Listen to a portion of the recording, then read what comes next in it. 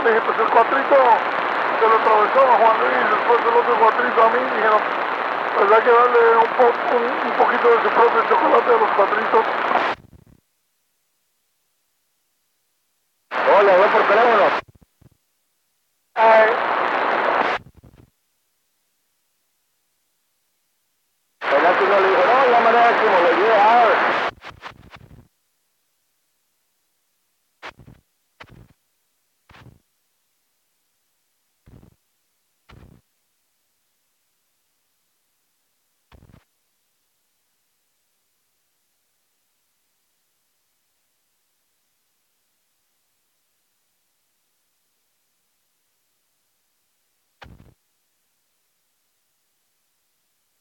Me gustan un chingo los pines de otoño,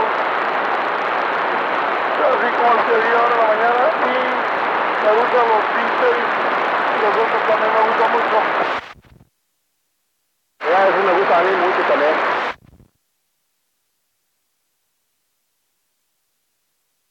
Pero esos los que trae la compañía P6, esos traen un motor muy chiquito, muy chiquito. Yo soy de la compañía, creo que era el 3S, pero en Napa, California, les corta a ojos para venderlos porque en Napa usan el 2S a la abuela y el 3S no se venden y les cortan a ojos y luego los venden. Ponen en internet y luego se venden.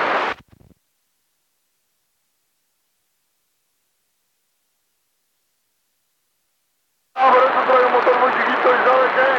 Ese motor se forza mucho para esto.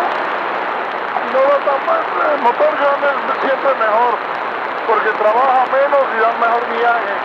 Y se va a decir, ¿cómo que da mejor millaje si es motor más grande? Sí, da mejor millaje porque no hay que forzarlo tanto, no hay que apachurrarlo, ¿sí me entiendes? No, eso es normal, es lógico eso. El motor grande solo se va y el motor chico tiene que meterle la pata a uno para que camine. Ándale para que así es. Es lo que dijo esta muchacha cuando agarramos el troco de Luis. Dice Luis, tiene la 470. Dice, pues entonces tenemos que ordenarlo para que tú lo ordenes como tú quieras. No, pues sí, dicen, tengo que ordenarlo como yo quiera, porque yo quiero la máquina fulana, y entre más grande la máquina no soporta. Pues tiene razón en eso, tiene toda la razón.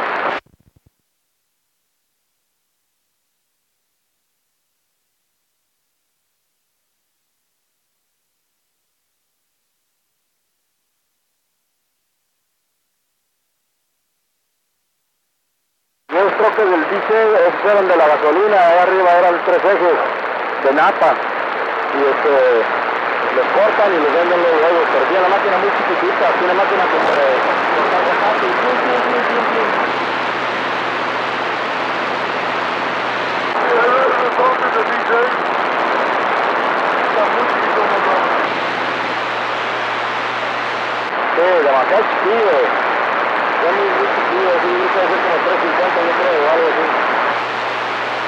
Y luego es otro troco, es otro motor, ¿no? ¿Qué motor es? Como plomo, no sé qué motor es. Como un 350, como yo tengo un 360. Pero me está hablando mi hermano, ahorita le contesto.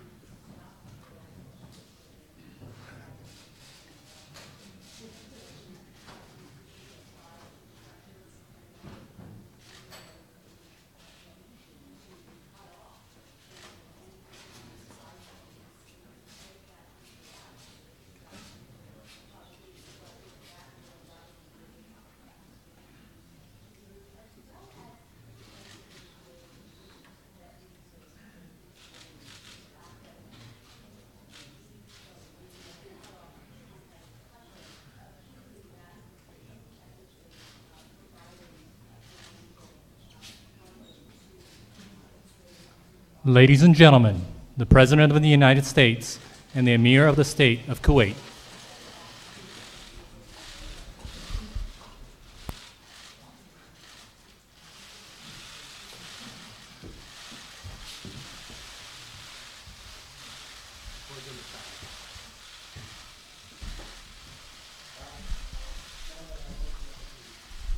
Thank you very much.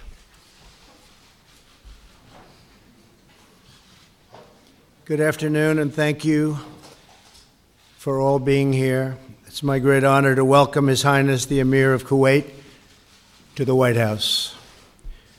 The United States and Kuwait share a strong and enduring partnership. We recently commenced the 27th day of remembrance of Saddam Hussein's invasion of Kuwait, which we all remember so well. The United States is proud to have contributed to the liberation of Kuwait and for the friendship we have built together in the years since. Today, we reaffirm our commitment to our shared security interests and recognize Kuwait's critical contributions to regional stability. We also thank Kuwait for its humanitarian leadership and for its partnership in the fight to destroy ISIS. During my trip to Saudi Arabia, I spoke to the leaders of more than 50 Arab and Muslim nations about the need to confront our shared enemies, murderous terror groups that threaten all civilized people. Every responsible nation must work together to strip these groups of their territory, their financing, and the false allure of their evil ideology. I applaud Kuwait for its role in this effort and encourage all nations in the region to do their fair share in defeating those who wage war on the innocent. Each nation in the region must decide what kind of future they want for their own children, one of violence or one of peace. That also means confronting those, such as the Iranian regime, who support terror groups and radical militias. Cooperation between America and Kuwait has never been stronger, never ever. The FBI and the Kuwaiti government are expanding our counterterrorism and intelligence sharing efforts. We're making progress on promoting Kuwaiti investments in the United States. They're making tremendous investments in our country. They have great confidence in our country. We're also entering a bilateral agreement with Kuwait regarding customs enforcement. During the same period and the same trip to Saudi Arabia, which was my great honor, representing our incredible country, His Highness personally asked me to expedite a $5 billion agreement for the sale of American F/A-18 Super Hornet fighting jets for Kuwait. I am pleased to report that the State Department has now authorized this transfer and purchase, which will not only strengthen our mutual security, but will greatly benefit American workers.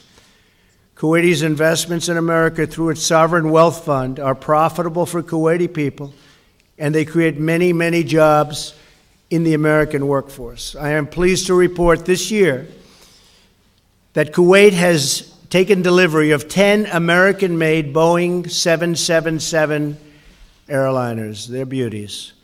American workers build the best planes in the world by far, and we want them to be made available for those countries that want them. And Kuwait has been a big buyer of commercial airliners made by Boeing and others. Our partnership extends beyond shared economic and security interests. We're signing a memorandum to deepen the close educational ties between our two countries, enhancing English language, and that's what we're going to be doing. We're enhancing the whole relationship through the use of the English language, and that is something that's very exciting, I think, for both of us. I want to thank His Highness for his leadership role and the role he's playing to help the nations of the Gulf Cooperation Council follow through on their pledges from all over, because we went to Saudi Arabia and the pledges of ending terrorist financing came from every country in that magnificent room on that magnificent day. And we are addressing the ongoing GCC dispute. And the Emir is leading those discussions, and hopefully it'll be resolved very soon. We call on our GCC and Egyptian allies to focus on our commitments at that Saudi Arabia summit, to continue our joint efforts to drive out and defeat terrorists. Qatar, Saudi Arabia, United Arab Emirates, Bahrain, and Egypt are all essential U.S. partners in this effort. We have great relationships with all of them right now, maybe better than we've ever had. We will be most successful with a united GCC. Tomorrow, Secretary of State Tillerson and Foreign Minister al-Sabah will chair the second U.S.-Kuwaiti Strategic Dialogue. By strengthening communications with allies like Kuwait, we send a strong message to both terrorist organizations and regional aggressors that they cannot win. They will not win. They cannot win against us. And our military is getting stronger and stronger and stronger. And that those who cherish and value human life will always prevail. I want to thank His Highness for joining us here today. The United States values its close friendship with Kuwait and its people, and we look forward to strengthening these bonds even further. Together we will show the world that the forces of destruction and extremism are no match for the blessings of prosperity and peace. Thank you very much. I appreciate that. Thank you.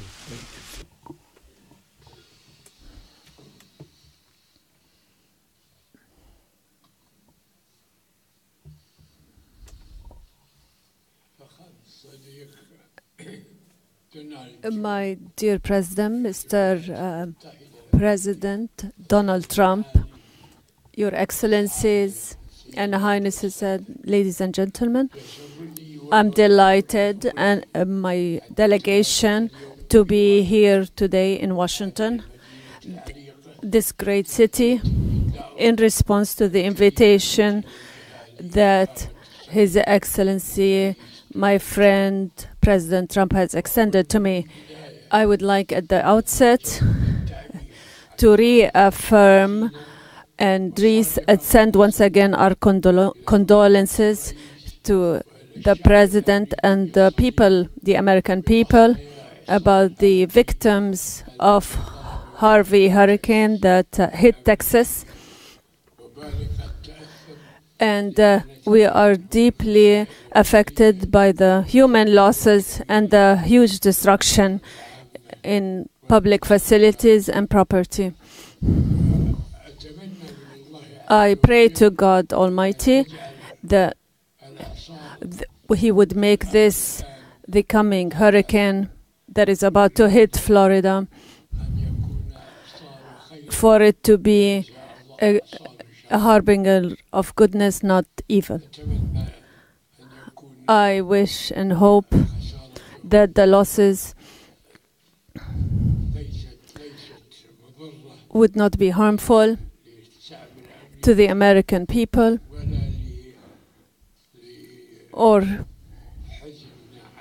and would not cause further sadness and grief for those who will fall victim to this hurricane. Once again, we reaffirm that we stand by our friends in the U.S. in fighting and confronting this issue. We have held deep and comprehensive discussions that reflect the depth of our bilateral and historic relationship and advanced relationships in all levels, at the political, economic, and military and security levels, in order to serve the mutual interests of our two countries and people. I here would like to commend the commitment that we have sensed here on the part of the U.S. about the security of the state of Kuwait. And within the framework of these relations, we remember with great gratitude the great role that the U.S. played when it assumed the leadership of the international coalition that liberated my country from the throes of the invading Iraqi forces and restored its freedom. And this memory will remain forever in the minds of the Kuwaiti people.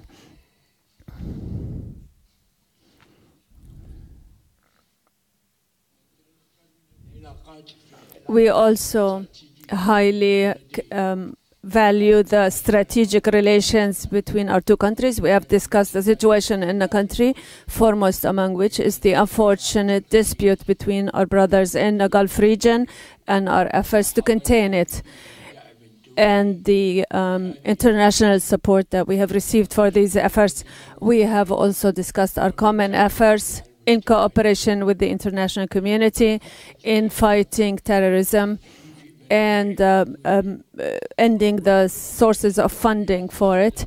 And in this regard, I would like to commend the prominent role that the United States plays in combating terrorism, especially the recent victories against terrorism. And we have also discussed the situation in Iraq and the catastrophic situation in Syria and Yemen and Syria and Libya, and we affirmed the need to end the fighting there through dialogue between the various disputing parties, and we have affirmed the necessity of the Security Council to shoulder its responsibility in maintaining international peace and stability, which represents the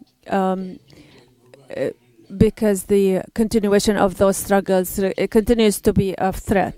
With respect to the Palestinian question, we have praised the recent U.S. efforts to move the peaceful process, and we affirmed the need to join efforts in order to reach a comprehensive and lasting solution to this problem on the basis of a two-state solution and in accordance with the international legitimate resolutions and the Arab Peace Initiative. Once again, I thank His Excellency the President for his kind invitation to us and for his kind hospitality, and we look forward to meeting with His Excellency the President in the state of Kuwait within the framework of our efforts to further enhance our relations and build on our strategic relationship in the service of the interests of both countries and peoples. Thank you, Mr. President.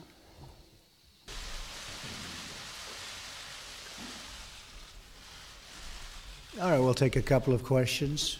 Go ahead. Yeah. Actually, we'll go somebody else this time, John. You've been doing enough, John. Go ahead, John. CBS. Major. Here we go. Thanks. Mr. President, on the question of North Korea, the country feels that a crisis is coming. Some lawmakers, Lindsey Graham among them, have almost described the situation as inevitably leading to war. I don't want to ask you if you think it's inevitable. What I do want to ask you is, as President of the United States, would you tolerate a nuclearized North Korea that is contained and deterred, but still nuclear? Or would it have to abandon nuclear weapons, and would military action on the part of the United States be one of the options necessary to achieve that goal? Military action would certainly be an option. Is it inevitable? Nothing's inevitable. It would be great if something else could be worked out. We would have to look at all of the details, all of the facts, but we've had presidents for 25 years now. They've been talking, and the day after an agreement is reached, new work begins in North Korea, continuation on nuclear. So I would prefer not going the route of the military, but it's something certainly that could happen. Our military has never been stronger. We are in a position now, and you know the new orders, you see the numbers just like I see the new numbers. It's been tens of billions of dollars more in investment, And each day, new equipment is delivered, new and beautiful equipment, the best in the world, the best anywhere in the world, by far. Hopefully, we're not going to have to use it on North Korea. If we do use it on North Korea, it will be a very sad day for North Korea. Do you have a question for the Emir? Follow-up, is it acceptable for you as president for North Korea to be nuclearized but contained and deterred? Is that a strategy we're going to see what it is? I don't would like to negotiate prefer? with you. No, I'm not negotiating with you. Maybe we'll have a chance to negotiate with somebody else, but I don't put my negotiations on the table, unlike past administrations. I don't talk about them. But I can tell you that North Korea is behaving badly, and it's got to stop. Okay? A question for the Emir? Your Excellency, you mentioned in a general sense the situation with Qatar. How optimistic are you about it being resolved, and what role would you like the President of the United States to play in achieving a resolution?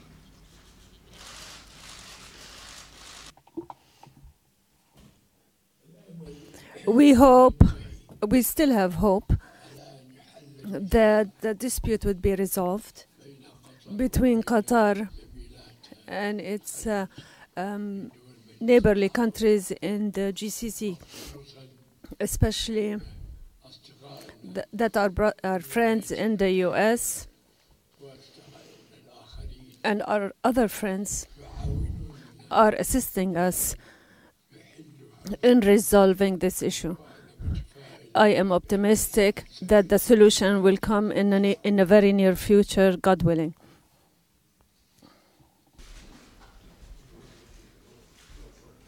Question for the, yes, for the Emir first, yes. My question is for you, Mr. President, first. Kuwait News Agency, Kuwait شروق صادقي. هل تؤيدون دور الوساطة؟ Do you support the Kuwaiti mediation role between Qatar and the four countries, and do you support the holding of a conference that will include all parties in Kuwait? Thank you. Well, I do appreciate and respect the mediation. I would be willing to be the mediator. I was telling the Emir before that if I can help between UAE and Saudi Arabia, where I have a very great relationship. I spoke with the king yesterday, King Solomon. He's a friend of mine, and we spoke on unrelated subjects, but we had a long conversation. If I can help mediate between Qatar and, in particular, the UAE and Saudi Arabia, I would be willing to do so. And I think you'd have a deal worked out very quickly. I think it's something that's going to get solved fairly easily. Kuwait has been really the leader of getting it solved, and we appreciate that very much. But I do believe that we'll solve it. If we don't solve it, I will be a mediator right here in the White House. We'll come together very quickly. I think we'll have something solved. أحمد مكي. Ahmed Makki. سيدي حضرة صاحب السمو الله ورعاكم. Mr. Amir, in light of the regional conditions in the region, has there been an assertion on the role of the U.S. commitment to the security of the state of Kuwait? Thank you. Thank you. And you have heard now what His Excellency the President has said about the relations between Kuwait and the U.S. and its assertion of its commitment to the security of Kuwait. And this is not something new.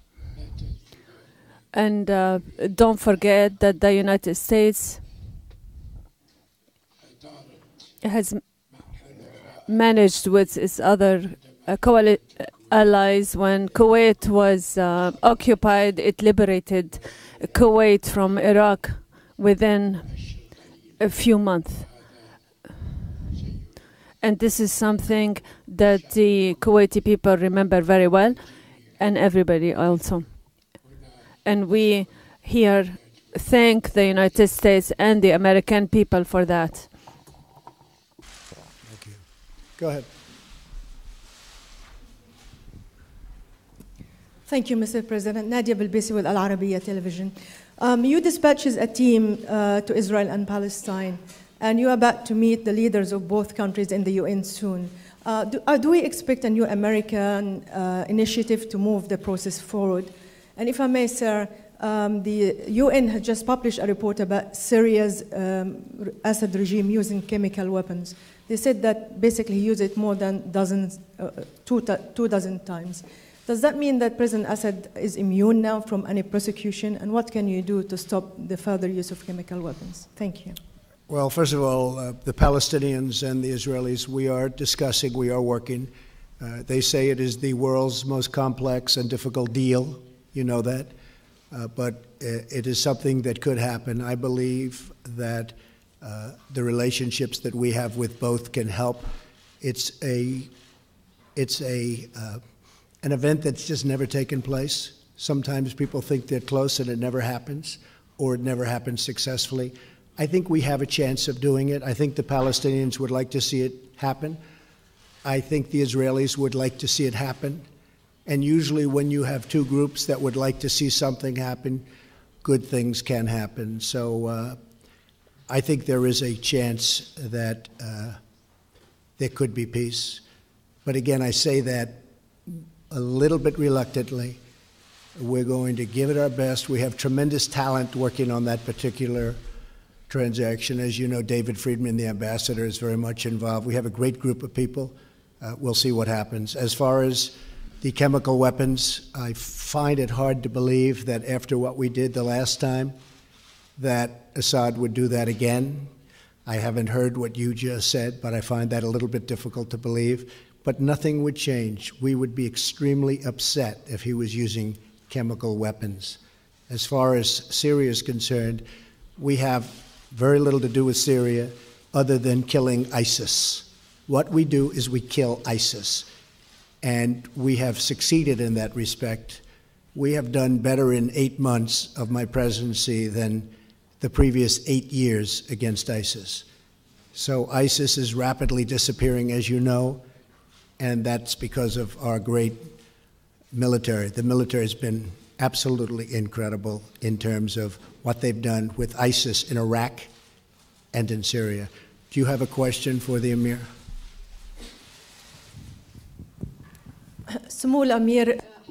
Yes, Mr. To the Emir, all the parties are holding on to their own positions with respect to Qatar. Where do you see a breakthrough in this dispute? Do you see any indications to make us believe that this crisis will come to an end? The hope has not ended yet. I would like to affirm that Qatar is ready to meet all the demands that were put, the 13 demands that were presented, and is ready to sit at the table to negotiate and to discuss with us all everything related to the dispute between the parties, the Gulf parties. As you know,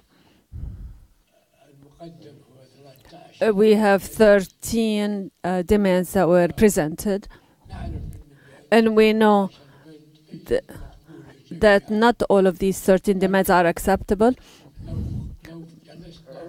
But if we were to sit down together and discuss these 13 demands, and we have indeed accepted them, and Qatar has accepted them, we would be able to resolve all 13 demands, all the issues and points that harm and relate to the dispute between the countries of the region, and anything that harms the interest of our other friends. Thank you. This all began because of the fact that there has been massive funding of terrorism by certain countries. And what I want is to stop the funding of terrorism. And we're going to stop the funding of terrorism. And if they don't stop the funding of terrorism, I don't want them to come together. But I think they will. Okay? You have a question? Your people have a question, yes?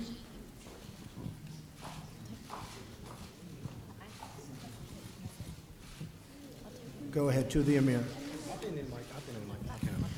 سمو الأمير Your Highness, I'm Said from Al Jazeera. Mr. President, we talk about Kuwaiti mediation and supporting Kuwaiti mediation. Are the tracks and a meeting that happened in Kuwait which receive U.S. and international support? Is there in reality something clear and a breakthrough that has been accomplished in this crisis? Are we about to see at the beginning of a breakthrough, or Your Highness, are the issues so complicated?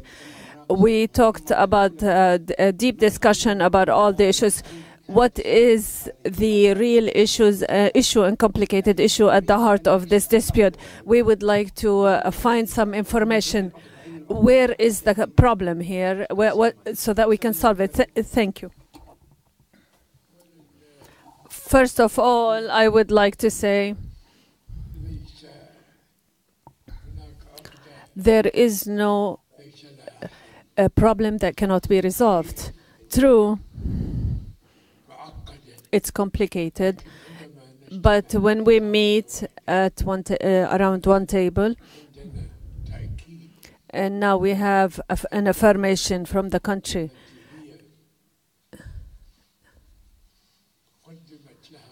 to which some demands were presented by its brotherly nations in the Gulf region. When we hear that it's ready to discuss all these demands,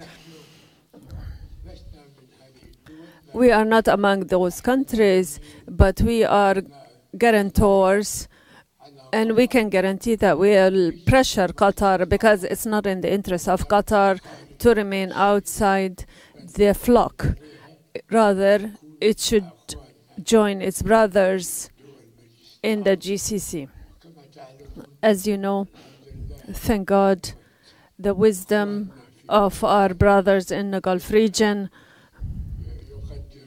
they should appreciate the situation we're in today, the situation in Syria, in Iraq, in Syria, and in Libya.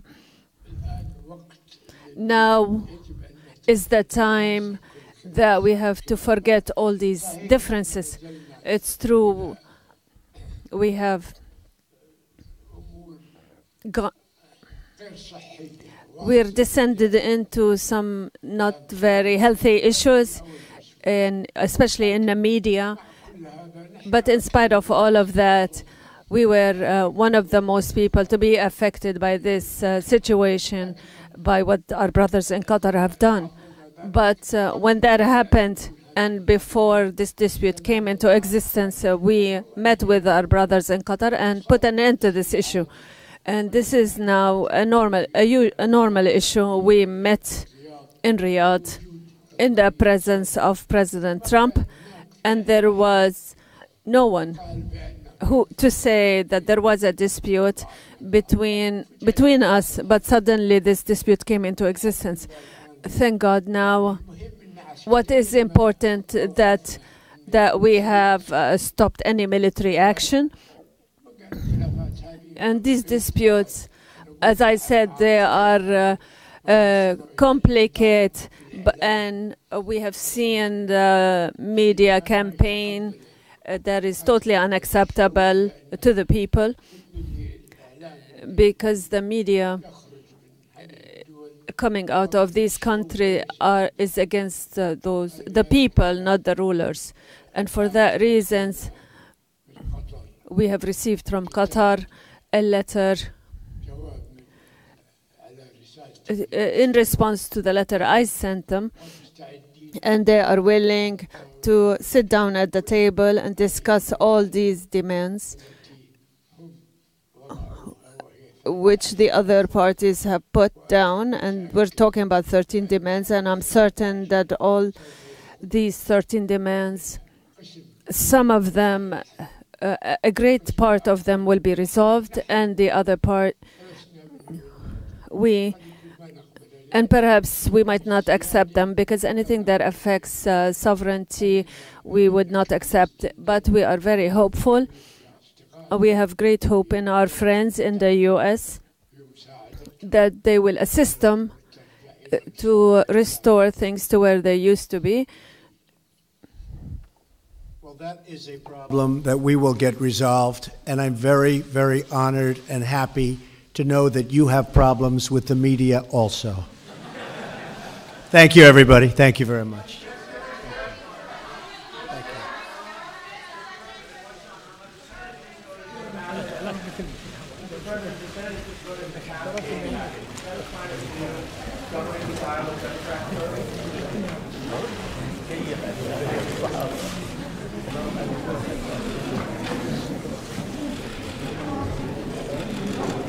Nossa.